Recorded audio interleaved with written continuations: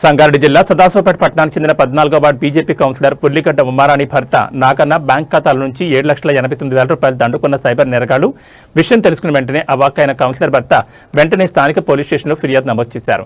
ఈ సందర్భంగా ఆయన మాట్లాడుతూ 3 దఫాలుగా తన అకౌంట్లో నుంచి 7,89,000 రూపాయలు సైబర్ నేరగాళ్లు విత్డ్రా చేసినట్టు తెలిపారు. స్థానిక పోలీస్ స్టేషన్లో కంప్లైంట్ చేయడం జరిగిందని సీఐ సానుకూలంగా స్పందించారని తెలిపారు. నా పేరు ఉల్లిగడ్డ నాగరాజన్న. ఇండస్ఇండ్ బ్యాంక్లకించి నిన్న నైట్ల 8:15 నిమిషాలకు 2,50,000, 8:16 నిమిషాలకు 2,50,000, 8:17 నిమిషాలకు 2,89,000, 3 స్టేజ్లల్లో కలిపి 7,89,000 ఆన్లైన్లో వెళ్ళిపోయినాయి నా డబ్బులు. దీనిలో నాకు ఏం మెసేజ్ రాలేదు, ఎలాంటి ఓటీపీలు రాలేవు, ఏం రాలేవు. ఆల్రెడీ ఒకసారి చూడగానే మనకు కనబడ్డది ఆ లెక్క.